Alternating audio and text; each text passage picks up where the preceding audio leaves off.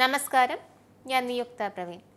പിണറായി സർക്കാരിന്റെ ദുർഭരണത്തിനെതിരെ ആഞ്ഞടിച്ച് രാജീവ് ചന്ദ്രശേഖർ. ഇതാണ് നമ്മൾ കാത്തിരുന്ന BJPയുടെ തലവൻ.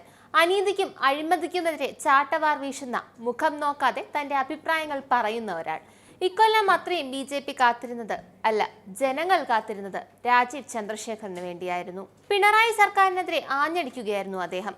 UPA ഭരണത്തിന്റെ 10 വർഷങ്ങൾ പോലെ പിണറായി വിജയൻ സർക്കാരിന്റെ 9 വർഷങ്ങളും നഷ്ടദശകം തന്നെയായിരുന്നു. അധികാരത്തിലെത്തിയതിന്റെ 9 വർഷങ്ങൾ ആഘോഷിക്കുകയാണ് പിണറായി സർക്കാർ. പക്ഷേ യഥാർത്ഥത്തിൽ എന്താണ് അവർ ആഘോഷിക്കുന്നത്? ആശാ വർക്കർമാർക്ക് വേണ്ടി 100 രൂപ പോലും മാറ്റിവെക്കാൻ കഴിയാത്ത സർക്കാർ മുഖ്യമന്ത്രിയുടെ പരസ്യത്തിനായി പാഴാക്കുന്നത് 100 കോടി രൂപയാണ്. തീരദേശവാസികളുടെ സുരക്ഷയ്ക്കായി കടൽഭിത്തികൾ നിർമ്മിക്കാൻ ഫണ്ടില്ലെന്ന് പറയുന്ന സർക്കാരാണ് സ്വന്തം വാഴ്ത്തുപാട്ടുകൾക്കായി ഒരു മടിയും കൂടാതെ കോടികൾ ചെലവഴിക്കുന്നത്. കടത്തിൽ മുങ്ങിത്താഴുന്ന ഒരു സർക്കാരിന് പൊങ്ങച്ചത്തിനായി പൊതുപണം പാഴാക്കാൻ ധാർമ്മികമായ അവകാശമില്ല. ഇതായിരുന്നു രാജീവ് ചന്ദ്രശേഖറിന്റെ വാക്കുകൾ. ഇന്നത്തെ നമ്മുടെ കേരള നാട്ടിന്റെ സ്ഥിതി 2014 ഇന്ത്യയുടെ സ്ഥിതിയും ഒരു വ്യത്യാസമില്ല.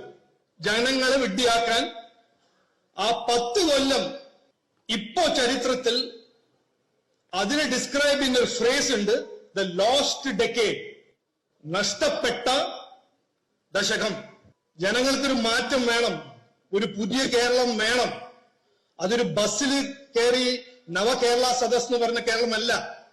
ഇന്ന് ബഹുമാനപ്പെട്ട മുഖ്യമന്ത്രി 9 കൊല്ലം ആഘോഷിക്കാൻ 100 കോടി ചെലവാക്കുന്നത് ഞാൻ മീഡിയയിൽ കണ്ടു. എന്ത് ആഘോഷം? ഒരു ആശാ വർക്കർ 232 രൂപന്റെ ശമ്പളമുള്ള ആശാ വർക്കേഴ്സ് 100 രൂപ ചോദിക്കുമ്പോൾ അത് തരില്ല എന്ന് പറഞ്ഞ മുഖ്യമന്ത്രിയാണ് ഇന്ന് ആഘോഷിക്കുന്നത്. തീരദേശത്ത് ഞാൻ ഇന്നലെയും പോയി, ഈസ്റ്റർ ദിവസം, തീരദേശത്തെ കടലാക്രമണത്തിന് ഒരു സീ വോൾ ഒരു 40-100 കോടിന്റെ സാങ്ഷൻ ചെയ്യാൻ പറ്റാത്തൊരു മുഖ്യമന്ത്രിയാണ് ഇന്ന് ആഘോഷിക്കുന്നത്. കടം വാങ്ങാണ്ട് മുമ്പോട്ട് പോകാൻ പറ്റാത്തൊരു സർക്കാരാണ് ഇന്ന് 100 കോടി ചെലവാക്കിയിട്ട് ആഘോഷിക്കുന്നത്. എന്തിന്റെ ആഘോഷം? 610 കുടുംബങ്ങള് മുനമ്പത്ത് 35 കൊല്ലായിട്ട് അവരെ പ്രശ്നങ്ങൾ പരിഹരിക്കാണ്ട് ഈ കോൺഗ്രസും ലെഫ്റ്റും അവരെ വിഡ്ഢിയാക്കി വാഗ്ദാനം കൊടുത്തിട്ട് നരേന്ദ്രമോദിജിയാണ് വഖഫ് ബിൽ അമെന്റ്മെന്റ് ആക്ട് കൊണ്ടുവന്നത്. എന്ത് ആഘോഷം? അപ്പൊ എനിക്ക് പറയാനുള്ളത്, ഈ നാട്ടിൽ നമുക്ക് മാറ്റം കൊണ്ടുവരാൻ ഇത് നമ്മുടെ കടമ, നമ്മുടെ ലക്ഷ്യം, നമ്മുടെ ദൗത്യമായിട്ട് കാണണം. 4 കോടി മലയാളിയുടെ വികസനം, ക്ഷേമം BJPന്റെ ലക്ഷ്യമായിട്ട് കാണണം.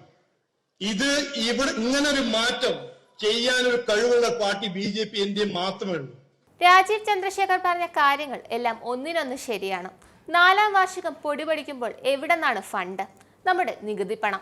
പിന്നെ കേന്ദ്രം തരുന്ന ഫണ്ട് മുക്കുന്നതും.